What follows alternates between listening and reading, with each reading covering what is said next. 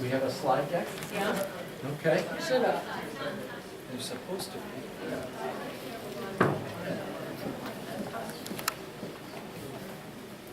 So the slide deck is just spiraling through, but if you just, Don't I push room PC? up Where do at I- the top. You're up. Oh, preview room? Yes, there you go. And then just install this. Here you, all the slides are open. Thank you so much. Yes. Fantastic. I brought the white champagne. Oh, okay, well, just in case you run out. Thank you. Should I sit here? Wherever you We're at put my your name tent tag. up. Okay. We also have three. Yeah. Wait, a couple of minutes, that's like a few of the stragglers. But we have our 4 speakers. Oh, he just came. Moderator. Is moderator? I'll sit next to you. Testing 1, 2. Except if I'm my name tag. Do you live in the district? Or? I live in the district here. My brother lives on 14th Street. Oh, yeah, sure. I think it's across the street, it's like church, bar. Oh, sure, Yeah. that's right, I know exactly where this is, right, there's Studio Theater. That place is booming. Yes, oh my God, you know, those were even, oh, no, flats. Let me see. Who saw us on file? I'm trying to just find my little tent. I emailed to you.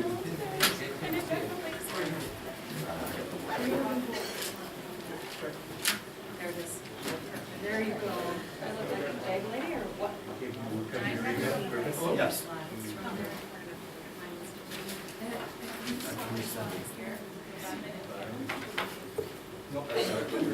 Well, it's a small group. This is for you. Thank you. You're welcome.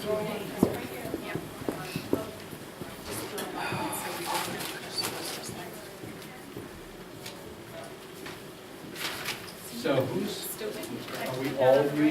are you all using some slides? We're all given a chance to do Okay. 3. Fine. So there's a file slide and then 3 slides. All right. I can,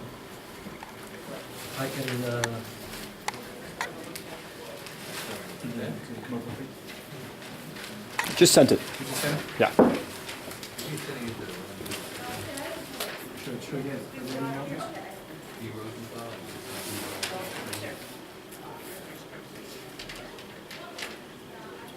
David, you don't have slides, right? I do. You do? You want to forward it to me, by the way? You're welcome. You want to forward it to me? You can read it. Yeah. You're just stuck with me now. Okay. Be open to having more of a dialogue? What do you think about that? And I got 200 copies. Oh, I got. You send it to me too?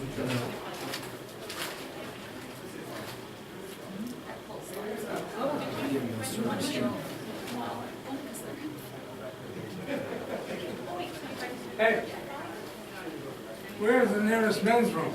I really like that. Is it far? Women's is like, this is a really relatively close by, and men's is a long walk, 100-yard walk. These are the little things that make a big difference.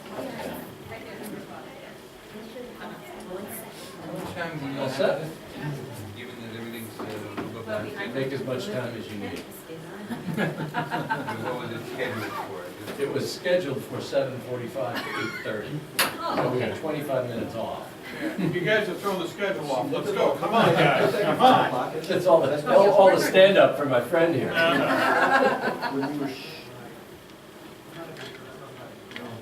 Hey, I even threw away some of my best material, so what can I say, you know? Is there Wi-Fi in here? So, Can he just read it off the phone? Yes. It's not? we're in the basement. Oh, that might be one. David, shall we begin? Sure.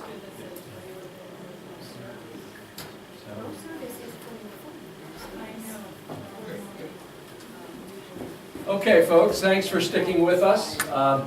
I'm Jay Sherry. I'm a past president of the association, and echo the remarks of Steve earlier about thanking Nixon Peabody as a sponsor. I'm pleased that Nixon Peabody has, in the form of our moderator here, David Rosenthal, an attorney practiced in the employment law area who knows all the ins and outs of the Family Medical Leave Act, including its implications for caregiving. He and his wife live in Brookline, so he's local, and he will serve as our moderator this evening. David? Thanks very much. Welcome, everybody. Glad you decided to come. You want to get a little closer here? I know we're all used to sitting in the back row from our days in school, but make yourselves comfortable. We've got a number of topics to cover here, all within the subject area that we've been assigned, employment strategies for the new caregiver workforce. We've got a great panel of people who have a really varied resume, very varied resumes, and they come at this from a number of different angles. So why don't we just begin, and I'll give you a little bit of introduce each of the speakers as we go through this. I think since we're a small group, we're going to try and do this more of a dialogue rather than a presentation format. But I think that would be that might be a little bit more comfortable and probably more helpful. So our first presenter today is Rich Ziemianski, who is a co-founder of Integrity Insurance and Financial Services. It's a comprehensive, multifaceted insurance and financial advisory firm. Integrity is the leading senior general agency for Blue Cross Blue Shield of Illinois, specializing in the individual senior market. Rich and his partners have been very successful in growing that aspect of their business. As you can imagine, given what we've heard already and we know about the particular needs of older individuals, he and his company and the people he represents play a very important part in providing services to this growing marketplace. So Rich, why don't you begin and talk about how you see changes in the health insurance business over the years, and how do you see the senior market affecting the workplace? Yeah, I think obviously. Slides, that's the, to advance. Alrighty. Fantastic. Yeah, I think the biggest thing that we've seen through the years, and obviously there's been a number of speakers that have been talking about this topic, and one thing I think it's pretty clear is that we're all going to be living a lot longer these days. It's definitely nothing for this point here to live to 90, 95, and for us, the biggest part that we see and we help folks is transitioning into retirement. And it's a major decision for a lot of folks because they're going from their earning years to now the point where they have to go and start to spend their income. And in addition to that, with the crisis that we had as far as the financial markets, what we're seeing with folks that are coming to us now is that even though the markets have come back since then, now many people are coming to us and saying, you know, it's fantastic, the markets are back, but you know what, I'm out at this point. You know, where can you go and give us you know, a high percentage of yield with no risk? So people definitely have changed what it was compared to, you know, before the crisis in 2007. They were still continuing to want to put that all in black. So we have the income aspect of life that we find out that people are finding out they don't have enough money saved, or in how you go and stretch all of this. But on top of it, you have the aspect of the healthcare costs that are continuing to rise. The good part is that if an individual does make it to 65, and you'll see some of the statistics here at this point, the average lifespan in 1965 was 70 years of age. Now, at this point right now, men have a 50% chance of making it to 85. Women have a 50% chance of making it to 88. And chances are one of them are going to be living to 92. So those assets that they have put away have to be there to go and make sure it lasts for both of them at that point. What's interesting is then there's also a 25% chance, as you can see, men will live to 92 and women to 94. And then for couples, one of those spouses to 97. So what a lot of people don't realize is that the number one reason for folks to go through bankruptcy once they reach Medicare is because of the rising healthcare cost and how it can go and really hit the piggy bank pretty quick. And again, on top of it, with the low yield environment itself, people are finding out that they can't get nearly the performance in their accounts. So we're here to help them to go make sure that they make the right decisions on the healthcare side, also plan for long-term care, and it could be a number of different ways that care is provided. It could be monies that they saved away, it could be their kids, it could be their friends, it could be their family, but on top of it, what we've heard tonight is maybe we can find some innovative products that are out there to help keep down cost for the individuals themselves. Rich, can you talk a little bit about long-term care insurance and how you see that impacting people's lives? And I think in terms of the workplace, it strikes me as a very, very valuable benefit. We may not appreciate it until we really need it, until we find ourselves or we find our loved ones in a position where they need it. And it's I think it's an underappreciated benefit that some employers provide. It is, and the main reason that employers are providing that part is because, as we heard a lot tonight, is that primary breadwinner or income earner, if they have to go and leave the workplace to go provide care for their parents or whatever it may be, that now creates a lot of disruption in the workplace itself. So when long-term care can be provided for those individuals in itself, they can then focus on their job more, knowing the fact that their loved ones are taken care of at home with dignity. The problem with the long-term care industry now today is, and what a lot of the many carriers that are out there are finding, is that people are actually using this, and the claims are actually going through the roof. And so where the struggle is in the industry in itself right now is, how do you fund this? And where the problem is now is that there's not enough money put in to go make sure what is coming out at this point. So my personal opinion, what has to change here moving forward is just like the financial industry talked about, how people need to go and put in their 401ks and start it at a very, very young age. People really need to be thinking about doing that at a much younger age prepared, because you need many, many more dollars put in today in order to get out what you need. So that's generally what we're seeing. Yeah, my impression has been that the industry sort of underestimated life expectancy, and it just got too expensive. It did, and the problem with the whole part of it is that if you compare it to, for example, life insurance, if you have a $100,000 death benefit, the insurance company knows exactly what their risk is at that point.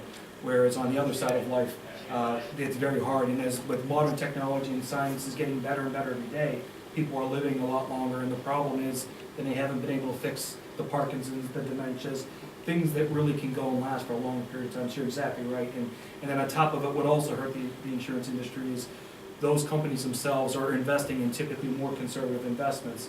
And with the low yield environment that's out there and expected to stay there, they can't get nearly the returns on their investments like they thought. And so that's also created a double-edged sword problem with that.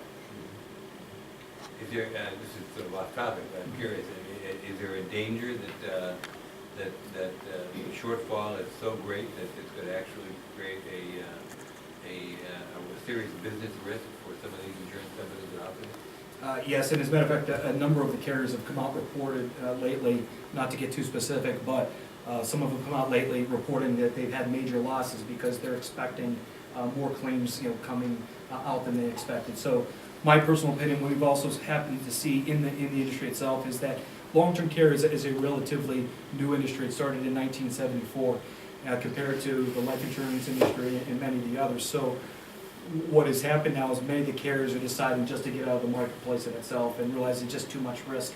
And so it's very limited as to what people have choices at this point. So what's happening from what I'm seeing on our end is it's moving completely back to the individual itself. Because as we spoke before, the government's only there for a certain amount, mainly the skilled care side of life, but where the majority of the claims are coming in is under the intermediate or custodial care.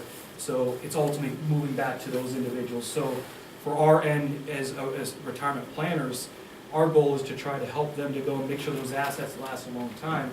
But if all of that risk is thrown on top of them now at this point, they're running themselves out of money. And where it really hit home to me years ago and during this whole financial crisis, when pretty much all housing stopped as far as building, one thing you could keep seeing being built were assisted living facilities, nursing homes, and they're continuing to be built on a daily basis. So it's definitely a major epidemic, and I think we still have a lot of things to figure out with this whole segment. Thank you. Our next participant is Denise Brown.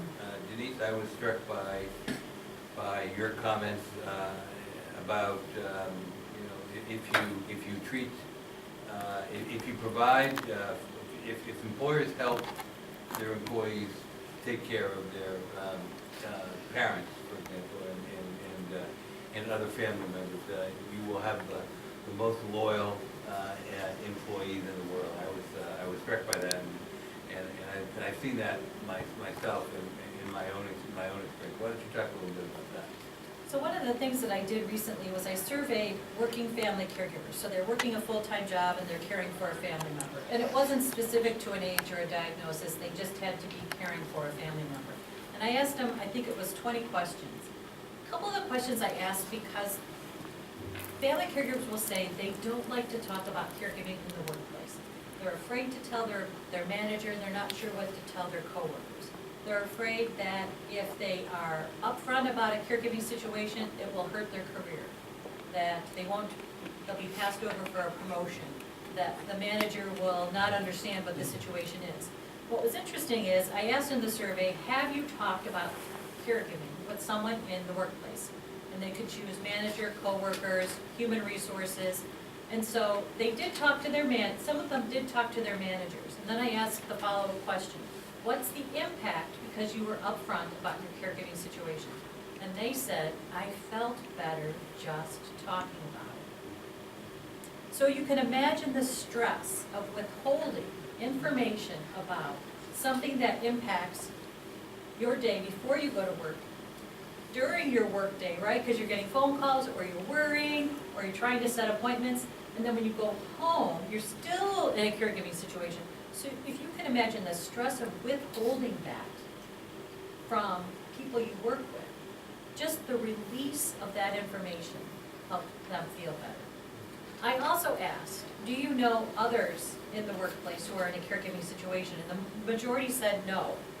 And it goes back to the idea that you think you're the only one, right? So 2 out of 5 individuals care for a family member, and yet you still think you're the only one. So you're among 66 million, but you're still the only one. So what was very telling to me from the research is that when we create an environment at work that makes people comfortable sharing about what's going on at home, that in and of itself makes it for an easier workplace. So we don't have to spend a lot of money to make it easier for our employees to feel comfortable and supported in the workplace. And that's really all they want, is to feel comfortable and supported. I asked also, do you worry, should I quit my job to become a full-time caregiver? Should I quit my job? Because you're faced with, how am I going to be 2 places at the same time? 33% said yes, 33% said sometimes. So it's a question that they struggle with. But they are the primary breadwinner in many situations, and so they work because there's money, there's insurance coverage. The other thing that's very interesting about working family caregivers is they want to keep their job because it's their break from caregiving, right?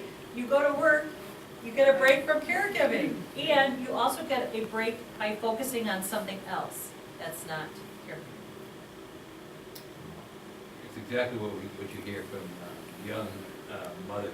Yes, and right, fathers, yes, it's the same thing, with right, little yeah. kids, you know.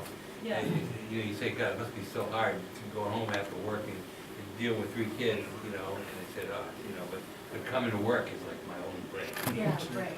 You know what else is interesting about caregiving is that it's not just your story, but it's someone else's story. It's your caree's story. And so you can be very hesitant to share a caregiving story because you're talking about your caree in a very fragile state that has a series of diagnoses, which means that they are disabled, they are struggling every day, and you might feel uncomfortable sharing their story.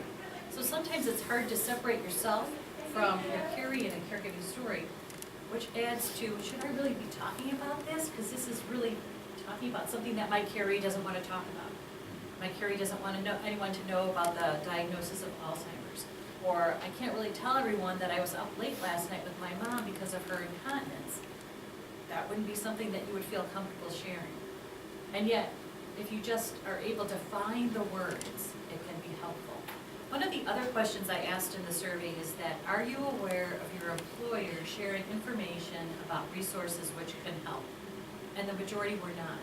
So an employer could have an employee assistance program or information available through human resources, but the employee is not aware of it. It could be the way the employer presents the information, it just doesn't seem like that's applicable to me. Or it just could be that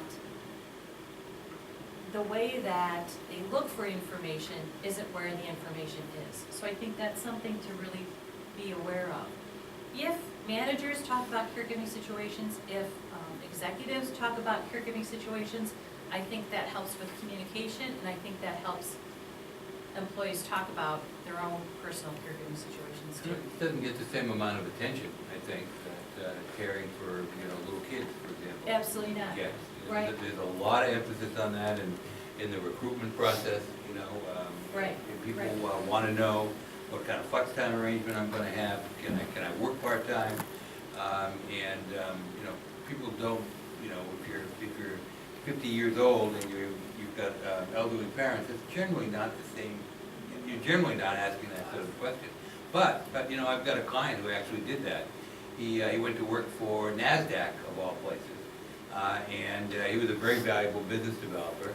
And the key issue for him was he wanted to work 4 days a week because his mom, he works on Wall Street, his mom lives in eastern Pennsylvania where he grew up. He wanted to take care of her, wanted to be home with her one day a week. Well, so here's the other question. When you're interviewing for a job, do you talk about your caregiving situation? What's interesting is, so I've asked about this, and so I'll tell you two stories about it. So Bob cared for his wife who had cancer, and he had been caring for her over a period of several years, which involved surgeries, treatments, doctor's appointments. He missed a lot of work. He missed work, they fired him.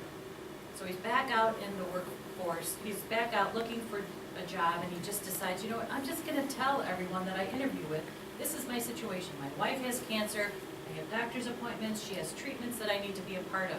And so he did find an employer who hired him and provided all the flexibility that he needed. Now that's a very loyal employee. Yeah. Chris. He's not going to be leaving that job. Right, exactly. And, his wife has since died. But could you imagine being able to say, I was with my wife as often as I needed to because my employer allowed that to happen? That's, I think, the part of it that we often don't really talk about is that, I talked about how death is in the house. You're still going to work when death is a part of your day. And if you work for an employer that understands that and provides the flexibility, how grateful are you? That you didn't feel like I had to choose between going to work or staying home because I wasn't sure what was going to happen. We had talked about technology and how technology will help us really be able to determine when there's intervention needed, or if there's a diagnosis, or if there's a change in medical condition. Just think how helpful it would be if we could diagnose end of life, so that we could say, end of life is going to happen in 2 weeks. So I'm going to take off work for 2 weeks, because where I need to be is home. I really think that life's most important work is the work we do outside of the queue, but sometimes it's what pulls us in is that work in the queue, and we forget our perspective. And I'll just tell you one other story about Chris, who cared for her husband. She was in a similar situation.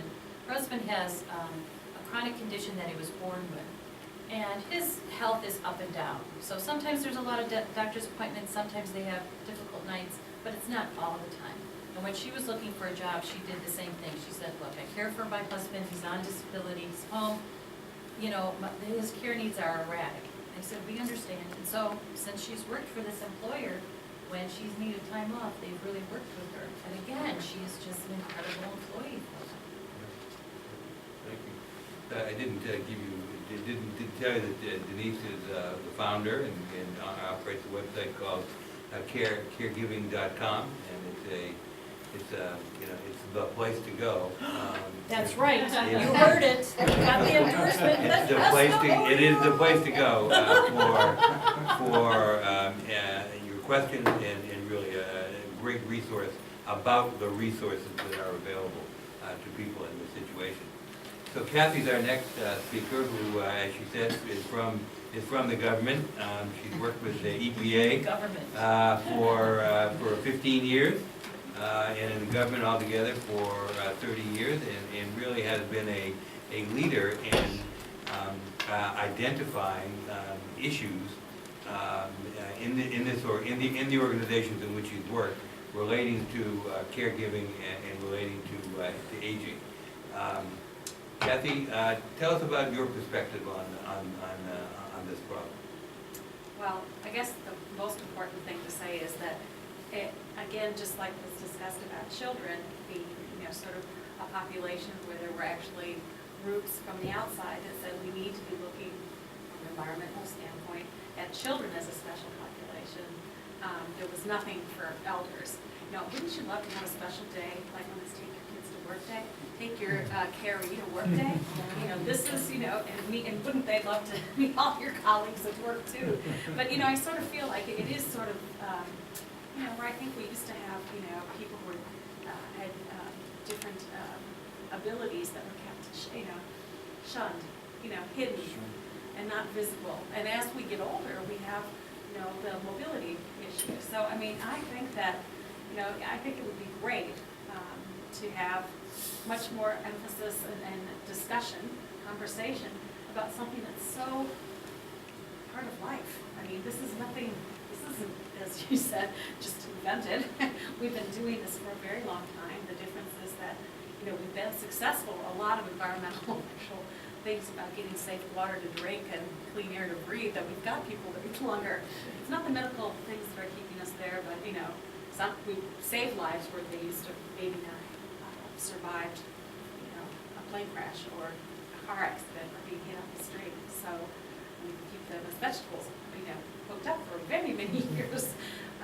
But I think that, from an employer standpoint, just like we have information about helping people to quit smoking, the number one chronic disease, or the number one, I should say, thing that kills us is heart disease.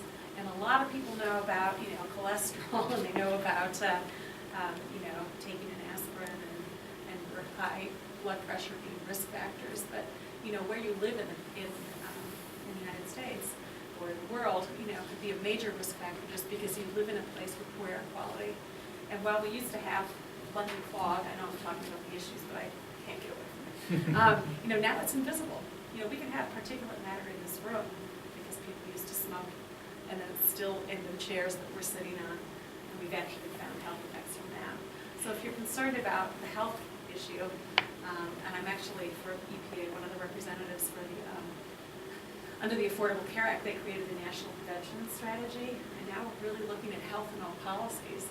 And this is good for the bottom line, the bottom line that deals with our healthcare costs. If we can, again, have people have a great quality of life, have not so many exacerbations, again, going back to air pollution, asthma, the number of missed school days for children and their parents who have to miss school when a kid has an asthma attack and ends up in the ER.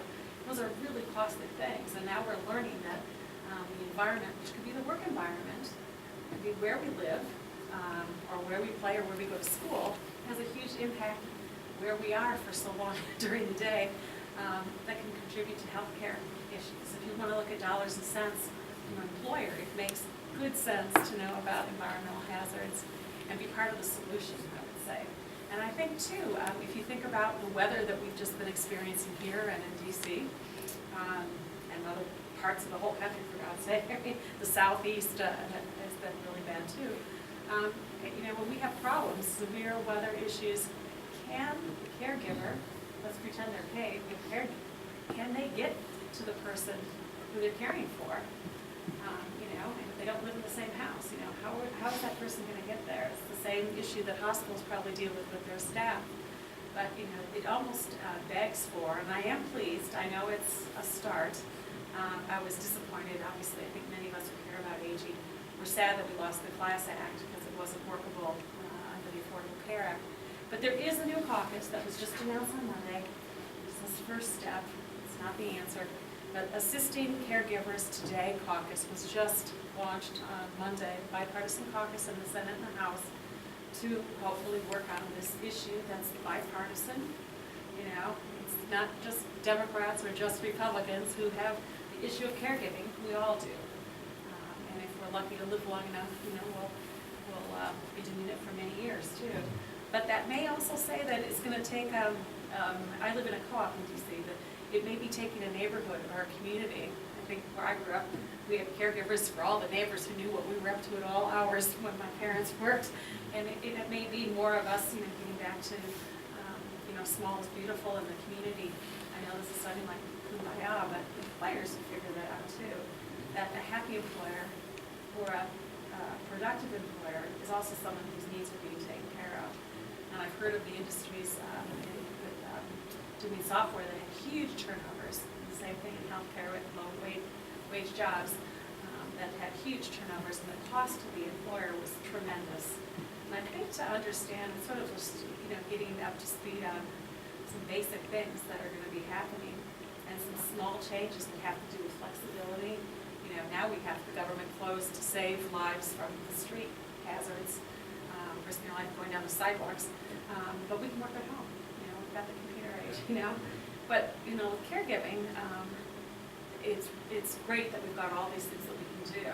But if there's a power shortage, and this is where I have to bring up the climate change, the big healthcare issue for the 21st century. You know, when power fails, they're talking, it's not just one thing going wrong. I think you guys had trouble with your transportation system. We definitely do in DC for lack of maintenance. But, you know, many things will fail. And how are we going to deal with that? And then it may be that, you know, the people who are going to save us are in our family or next door. So I think the sense of community, and I think employers, you know, could have a big role in sort of being the leader, just like they want to be LEED certified for not building a building that's going to be obsolete quickly. You know, there could be leadership from industries that, for instance, build homes that are visitable for people of all abilities. And you know what? That also helps people who are delivering heavy goods. So the universal design and then the visitability, that we don't have steps. Thank goodness I didn't, you know, have to schlep up my bags with all of my documents to share here, you know, because you guys had a ramp, you know, but in some places that just doesn't happen. And our older buildings are our treasures and the things that we have to retrofit. But instead of paying to retrofit, I know there's companies that do that, but you know, it would be really smart to do it from the beginning. And even my parents, when they did a downsize with my mother's issues about mobility, we still didn't have grab bars in the bathroom. And these are huge. These are small things that are huge issues when the simple pleasures or needs of the day, you know, cannot be done by yourself anymore. I'm curious, Yeah. is EPA a progressive employer as it relates to the issues that we're talking about? You know, I think what they have begun, and I think it's only been in the last few years, especially around mothers. And then that has turned into, and I was really pleased, my manager said, because they knew my mother had had a hip replacement and got MRSA in the hospital, so that she was in long-term care. And I have a sister in the same town, but she's got 2 kids with lots of issues and her husband. So I was like the helicopter parent, daughter, that was, you know, coming in to help out. But for sure, they were going to say, we will accommodate you to work. I write. I mean, I work at a computer. I can do this anywhere. I can do it in any snowstorm. And they absolutely were ready to do that. So they actually have done a very good job, I think, with the American with Disabilities Act to include people of all abilities. We have, you know, you think about that wonderful movie, The Butterfly and the, what was it called? The Diving Bell and the Butterfly, where the mind was incredible. There's some really incredibly brilliant people at EPA who work that, you know, are skilled, but they have a very hard time speaking, for example, or they're in wheelchairs and they can get around. But I think that it's been doing, I think the federal government in this case has done some really great leadership around even retirement benefits. You know, we get training if you choose, it's an optional service, and if you've been working for a long time and if you're close to retirement. And they actually have things to go over financial planning, they go over caregiving, they go over health, they go over just everything you're going to need, to be successful once you've left the workplace, or your second career, which is what a lot of people want to do, and maybe they want to start their own business because of the experience they've had renovating homes or doing the work that they've seen that was needed with their parents, or helping a parent, with the financial issues after there was dementia or whatever in the family. And these are real things. So I think that I'm sure there's a lot of good employers out there, just like trying to be not just sustainable but also good employees. There's a question from the audience. Oh, yeah. Any questions? Oh, yeah, sure. Yeah, please, jump in anytime. So I'm amazed this is not a packed breakout session because I'm a clinical social worker married to a HBS grad. And if this was an NASW conference for social workers, well, everyone would be in this room. Yeah. Okay. And I'm the typical boomer who's living in the hall of mirrors because I both work professionally with the elderly and disabled, and then I'm a caregiver now going on 14 years, primary for some, 4 old parents ranging from 77 to 93, 2 in assisted living, exceeding 5 years. And then finally, this year, doing what I thought I would never have to do because I'm a professional and I'm so well educated, stepping down from my wonderful job so that I can intensely caregive. Okay, so Because you can't get the time, you can't get 3 weeks off at a time to go across the country to care for your family. I love your website. Thank you. But there's 2 issues.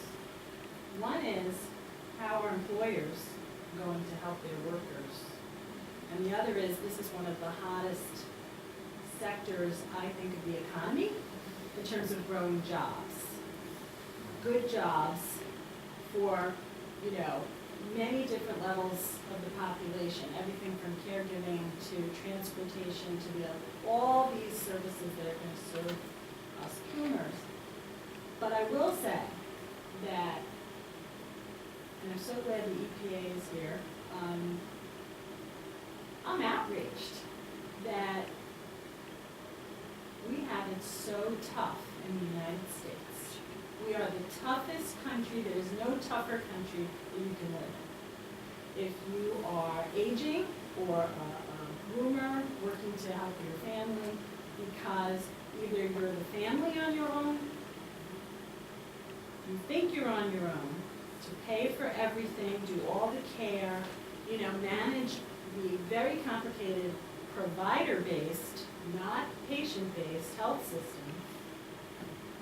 And if you're the employer, you bear the brunt of the loss of productivity of that individual who has it all on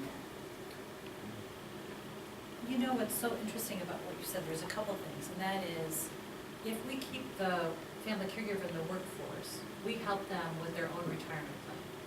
So that you don't have to choose between, do I spend money right now because the need is right now, or can I stay in the workforce so that I'm okay in 20 years or whatever?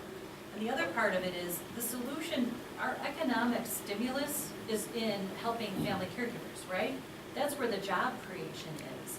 Why isn't there like a WPA for caregiving, where we have funds that go into the communities to help adult day centers who are few and far between, so that there is an adult day center in a community that's accessible, that's open 7 days a week, not just Monday through Friday, but 7 days a week, and the hours are long enough so that you can bring your carrier to an adult day center long enough for you to work there, to go to work, and then pick up your carrier at the end of the day. If we funnel money into our communities to help with caregiving situations, we stimulate that local economy and we keep family caregivers in the workplace. So we solve 2 of the crushing problems.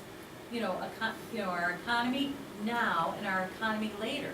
Because how are we gonna be able to retire in 20 years because we left the workplace because of our caregiving responsibilities?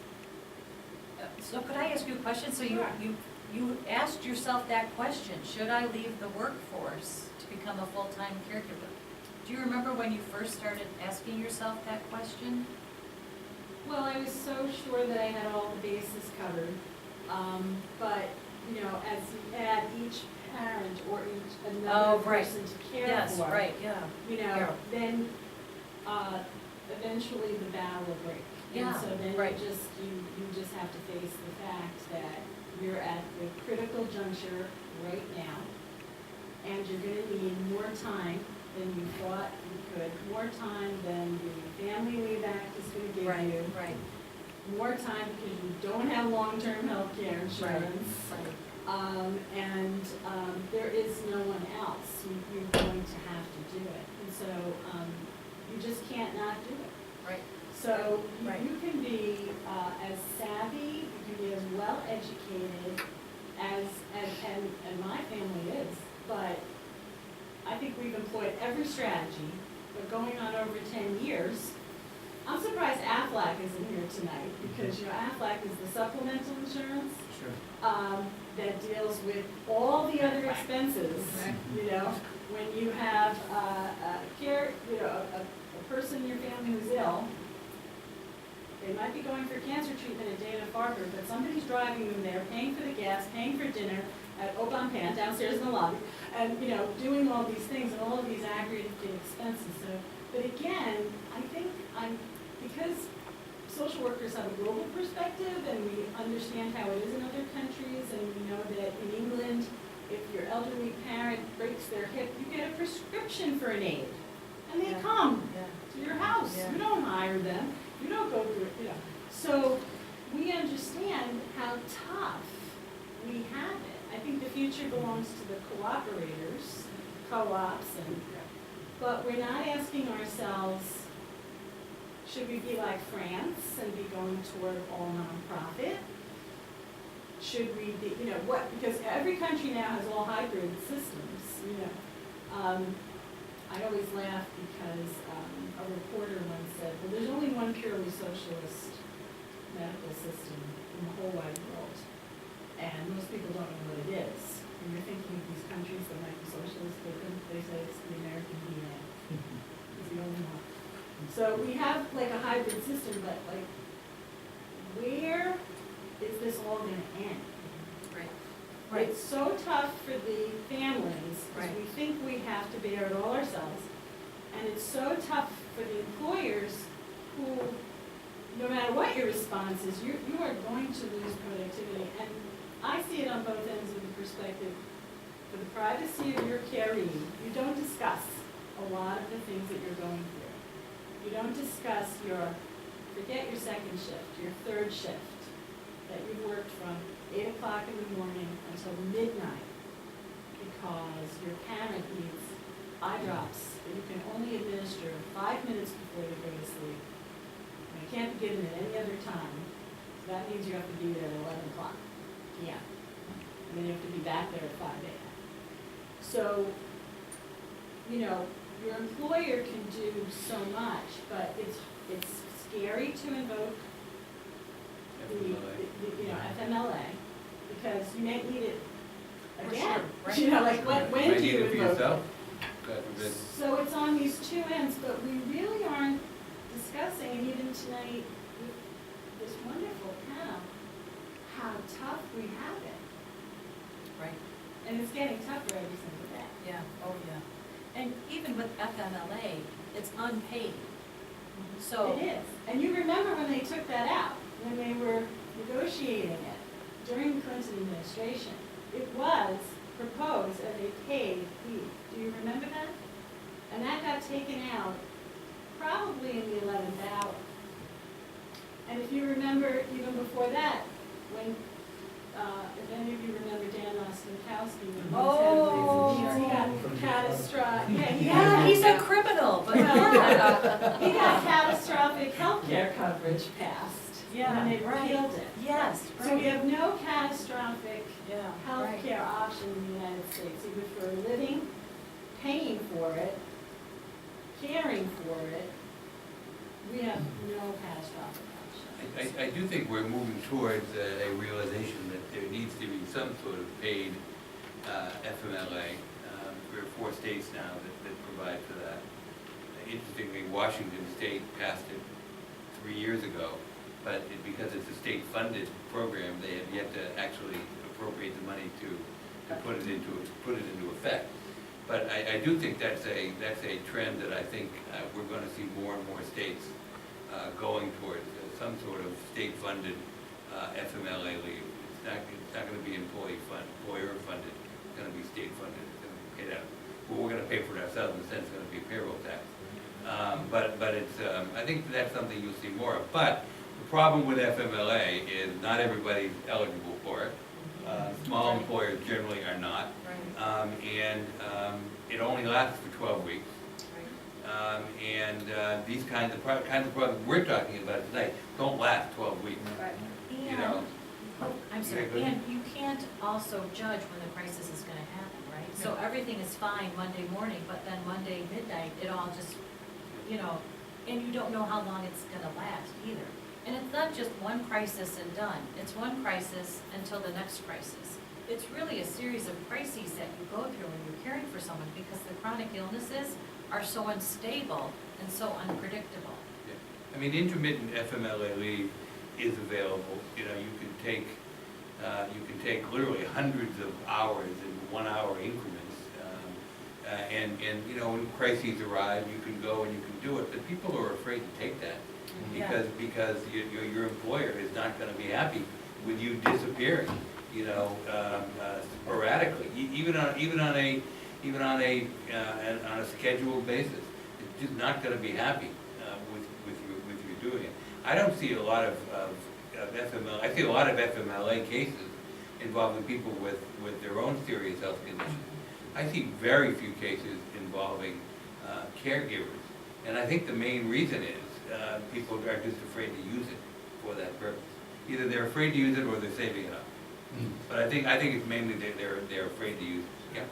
Just a comment on the employer side, I can tell you, FMLA is fine for certain jobs, others is complete nightmare. Yeah. Oh, Sure. yeah. And the threat of litigation, MCAD charges, etc.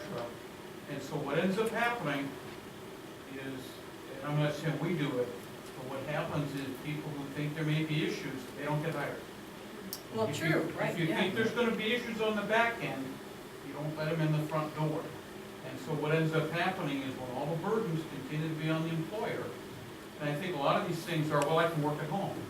There's a crap load of jobs you cannot do at home. Right, yep. How do you do retail at home? How do you do any number of things? That model, and I think we just tend to kind of, and we've seen it here in Boston with the whole MBTA. A lot of the people who work for my company, they get to work on the T. They're not going to the T. They're not getting to work. Huge issues. That's enough of a commentary, but just on a question, and I guess it's more for Rich. Rich, I was reading some articles over the last couple of days, and you see them almost monthly. How little money many people have put together. I mean, we're talking, huge percent of the population have not even, say, $50,000 for retirement. Granted, we've got, my brother who's at the Census Bureau says, if you go back 50 years, most of the elderly were dirt poor. They lived with their parents, they lived with extended families because they could not afford to live by themselves. Now, some of the older folks are incredibly wealthy. But there are many people right now in the system who have not saved money. Is the problem getting better? Is it staying the same? Is it just getting worse, do you think? No, that's what we're saying. Actually, the problem's getting worse. And for every medical breakthrough that we get that allows us to live longer, that in itself is creating the problem itself because we're living a lot longer. But on top of it, what we see is, in the workplace itself, they'll tell you, okay, go in a 401k, but maybe that person puts in 4%, 5%, but what they don't realize is that, and what we're seeing right now, and the hard part from the financial planning industry is, and again, with the low yield environment itself, We typically think we may be able to go and get 4 to 5%, without running yourself out of money. So the problem is, let's say you were used to making $80,000 a year, you need to have at least 1.6 million put away to pretty much assure that you're not going to run out of money. So generally, the people that we see coming in don't have nearly enough, put in. Now, I've seen opposite side of the spectrum, another client of mine that, he retired, he was making $600,000 a year, and he had, 2 million, saved away. Problem is, they like to spend, and I said, you have one of two choices. You either keep working, or you're gonna need to reduce, down your spending, and his wife was not happy about that at that point, so we're seeing it. It's interesting, my brother at the census made a comment, he says, we've exchanged problems, and he says he blames cigarettes. What used to happen, if you go back 40, 50 years ago, a guy turns 50, heart attack, they're dead. What happens is the strain on the family then is, what do you do? Now those people don't die, okay? And what happens is, if you get past that, you're living 70, 75, 80 years old. So what you've done is you've exchanged the problems for when they used to work. They get through that now, but it's the end of life. Right. So now the problem has just kind of worked down. He blames cigarettes, smoking is far less. Angioplasty. That's Yeah. right. Lipitor created and fixed that problem, all the heart attacks, there's no longer heart attacks, so.